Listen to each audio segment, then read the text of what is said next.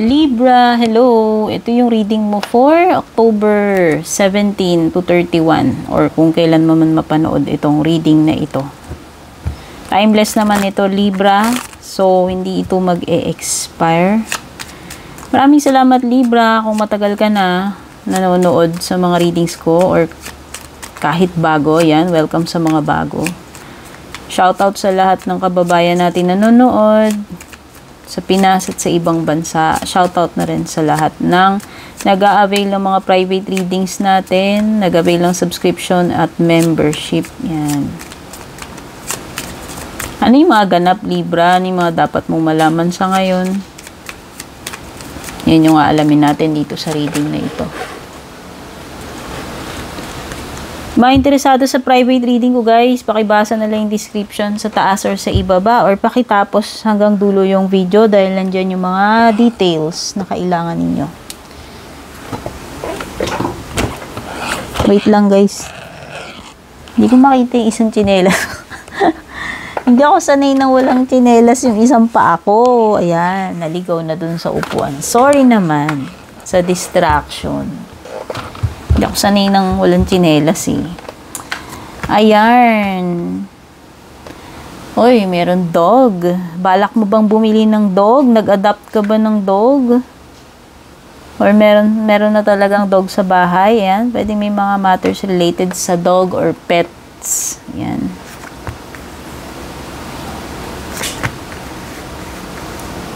Or loyalty. Yan dog na yan is about friendship, pagiging loyal, magiging masunurin.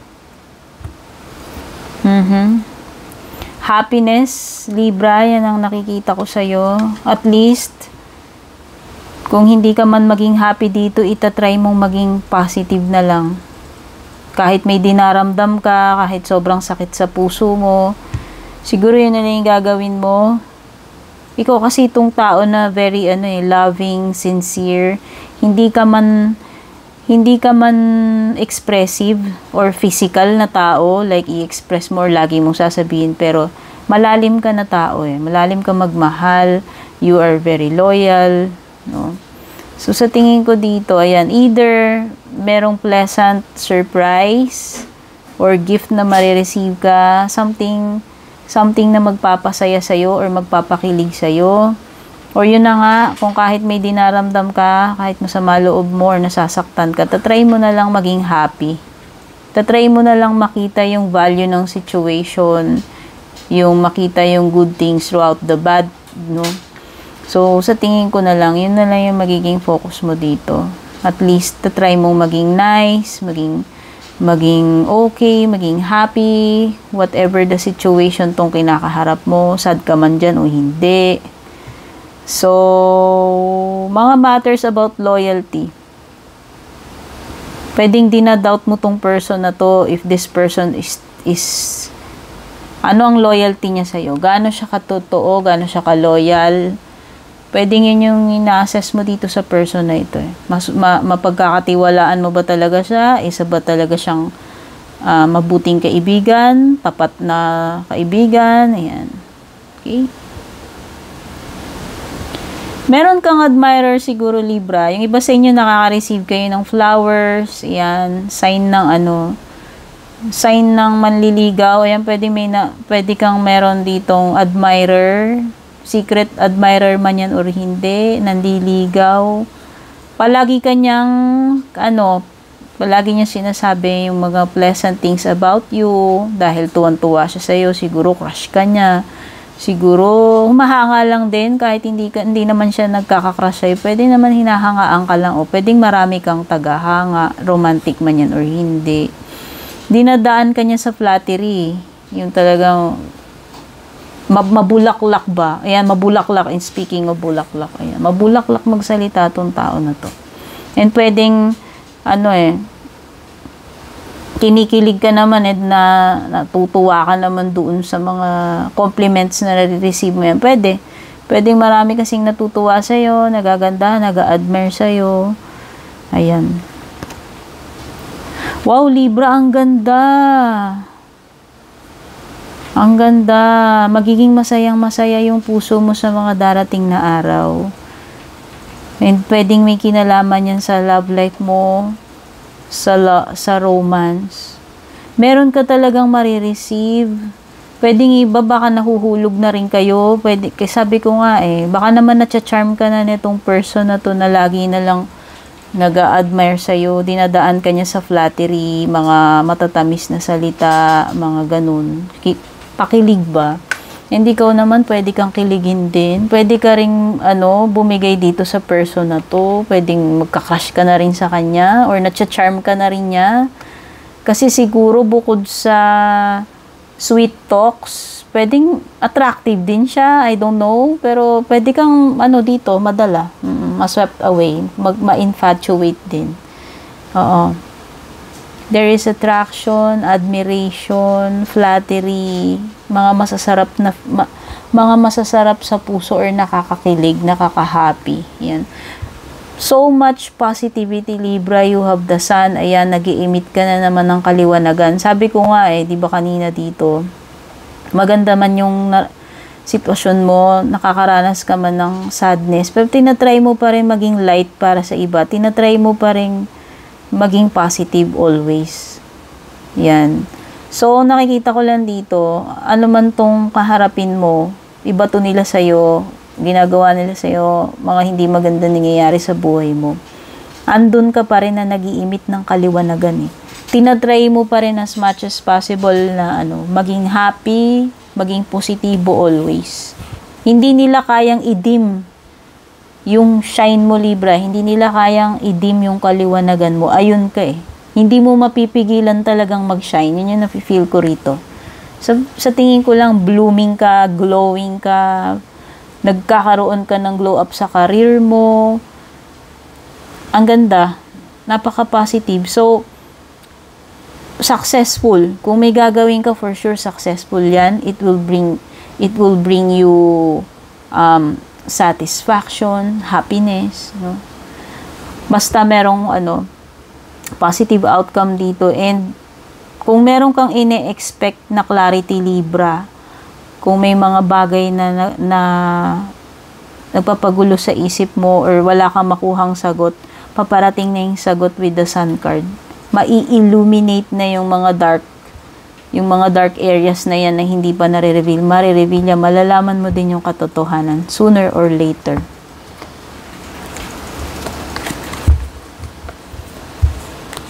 Ito na tayo kay love life. Yan. Ano ang latest chika?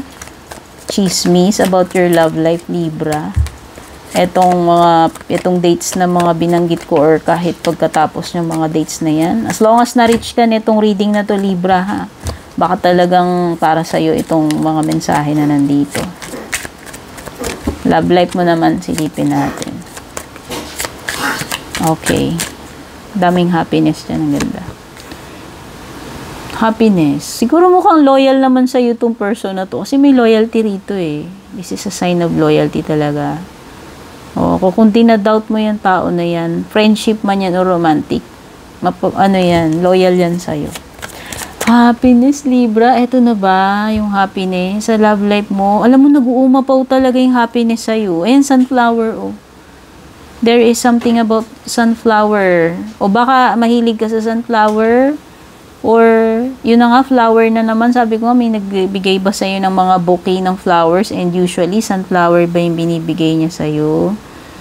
Wow! So, ang saya ng energy mo. May magnetic connection talaga. Alam mo, Libra, sobrang, hindi ko alam pero grabe yung magnetic connection ninyo nitong person na to. As in. Ako nga, nafe-feel ko yung kilig dito. Ganun kalakas yung dating ng ng connection ninyo nitong person na to. Yan hindi rin niya maiwasan Hindi kanya talaga kayang iwasan. Hindi rin niya naman ma-explain din itong paano siya na-attract sa'yo. And vice versa. Ganun ka rin sa kanya. So, grabe. Nakakaano ng puso itong reading mo. Yung puso ko nag-e-expand. Nafe-feel ko yung energies. Okay, ito na ba? Ito na ba yung the one, Libra? Kasi parang Baka yung iba sa inyo dito, may asawa na kayo, may karelasyon na kayo, pero parang nahuhulog pa rin kayo dito sa person na to. At kahit na iwasan mo siya, hindi mo ma-resist yung feeling. Hindi nyo ma-resist. Andun talaga yung matinding spark and magnetic attraction. Pinihila kayo sa isa't isa kahit na anong gawin ninyo, na i-distract nyo yung sarili ninyo, kalimutan yung ganyan, magpakabisi-bisi yan, basta. Mahuhulog at mahuhulog kayo dito sa isa't isa. Ganong katindi itong magnetic attraction sa inyo. Pull. Oh, may divine timing. Grabe, Libra. Darating ito sa buhay mo nang hindi mo inaasahan. Hindi ko nga alam kung nagaganap na sa'yo ito ngayon eh. Divine, dear, divine. Parang talagang ito ay itinalaga para sa iyo na ma-meet mo or ma-pull kayo sa isa't isa. Ayan. Pero pwedeng iba sa inyo nagdadalawang isip pa rin kayo kasi nga pwedeng, ewan ko kung nako-confuse din kayo, pero gusto nyo munang bigyan ng time ito. Gusto nyo munang pag-isipan ng mabuti no matter ganong katindi yung attraction, yung connection. Pinag-iisipan nyo mabuti yan. Wow, Libra. Gusto niya talagang mag-commit sa'yo. Etong person na to sa tingin ko, ang ganda ng, ang laki ng possibility na pang forever mo to. Ayan. Meron ka naman may person ka man ngayon, wala, Libra. Parang eto na yung pang long term talaga. Gusto ka niyang pakasalan, gusto niyang maging asawa ka, hindi lang jowa-jowaan. So, sa tingin ko, spiritual tong connection nyo, malalim eh. Kaya lang, pwedeng iba sa inyo nga kasi kasal na. Oo, hindi ko alam kung siya kasal na siya. Ikaw, kung kasal ka na rin ba? Basta, merong kakaiba dito. Pero, weird siya. Weird, pero grabe, ang lakas ng ang lakas ng dating ng connection ninyo. Undeniably. So, tingnan na natin yung ibang, grabe kakilig naman tong reading mo, Libra. Tingnan na natin yung mga ibang energies mo. Maiba naman ang usapan kasi masyadong intense. Ano pa yung mga ibang messages for you, Libra? Let's see. Anong messages?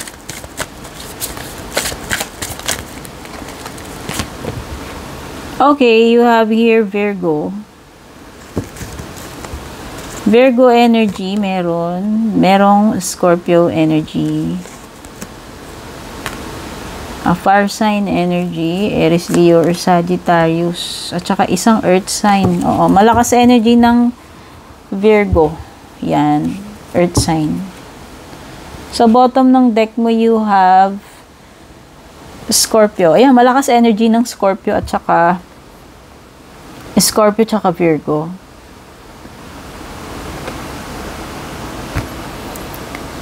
Umiiwas ka ba, Libra? Meron ka bang iniiwasan or ikaw yung iniiwasan?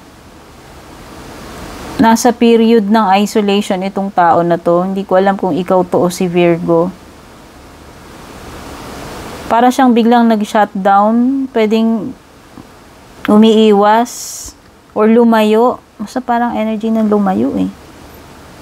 Malungkot. May energy dito ng solo or pagiging single, mag-isa lang siya dito sa kanyang pinagdadaanan. Basta may withdrawal eh. Instead na mag-engage siya, hindi eh. Paiwas. Dinedetach niya yung sarili niya. Dumidistansya siya, umiiwas, lumalayo. Ina-isolate niya yung sarili niya. Meron ding energy dito na hindi niya alam kung paano niya ma-figure out yung sarili niya. Maybe this person is confused. Ngayon, kahit mismo sa sarili niyang feelings, hindi niya alam. So, inaalam niya yun eh. Yun ngayon yung ginagawa na itong person na to eh. Hinahanap niya yung landas niya eh. Okay? Alam ko, Libra, pwedeng nasaktan ka. Hindi ko alam kung may person na, oo. Kung iniwasan ka nitong person na to, hindi ko alam kung siya yung reason ba't ka nasasaktan ngayon. Sobrang sad mo, hindi ka makapag-focus sa ginagawa mo, nahihirapan ka. May mga times din siguro naiiyak ka. Parang kahit na anong gawin mo, hindi mo maalis sa isip mo yan. Hindi ka makaget over dun sa nangyari. Ano ba ito nangyari nito nakaraan, Libra? Matanong nga kita. Basta meron something dito. Oo. Para sa side mo, parang nalulungkot ka. May feeling, may regret. May regret din sa side mo, Libra. Hindi ko alam kung ikaw ba yung nakasakit dito o ikaw yung sinaktan or pareho ba kayo. Okay, kung hindi naman, pwede namang hindi romantic yan. Pero may mga situation dito, Libra, na kailangan mo munang i-sort out yung sarili mo. Tiyakin mo muna yung sarili mo dito. Kasi nga, dito parang may confusion ka mismo eh. Inner conflict ito eh. Whether yung person na nakakadil mo yung may ganun or ikaw ha. Pero feeling ko ikaw din. Oo. So right now, feeling mo, ang laki nang nawala sa'yo. Hindi ko alam kung missed opportunity to sa love life, sa career, o kung saan. Pero parang, the one that got away, ayan.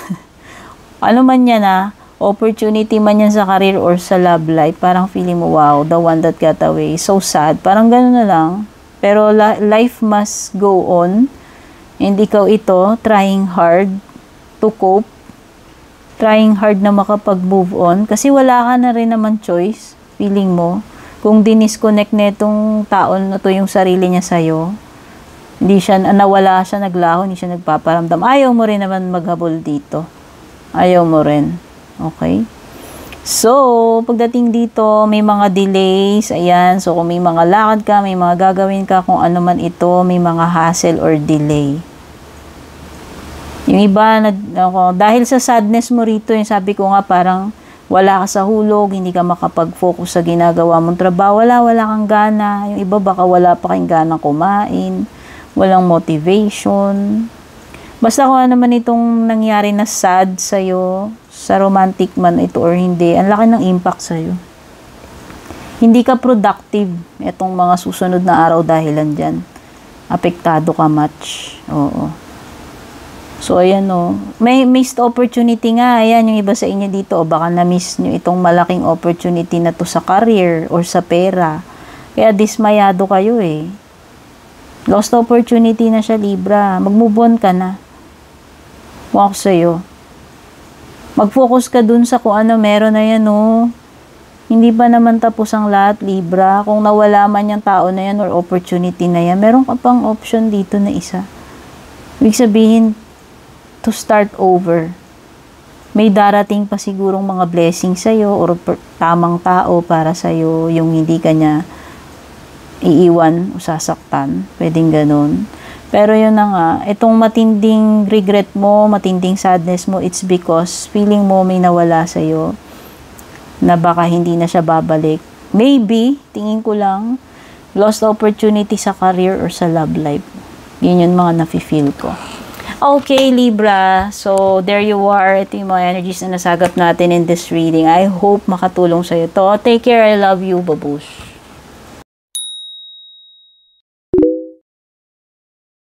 And kung balak nyo pong mag-book or mag-inquire ng personal readings ko, basahin nyo lamang po itong nakasulat sa screen or yung nakalagay sa description. Shout out at thank you sa ating mga YouTube channel members, Juliet Saito, Vel, Mildred, Julian, Alejandra, Maya 2.6, Michael, Rosel, Belen, Melinda, Jane, Devi, Joy, Gwen, De Luna. Shout out and thank you rin sa ating mga FB page subscribers, Alicia, Aida, Jovel, May, Ann, Jennifer, Jane, Aida, Aluwa, Emilu, Melinda, Grizel, at ang pinakabago si Shay Santos.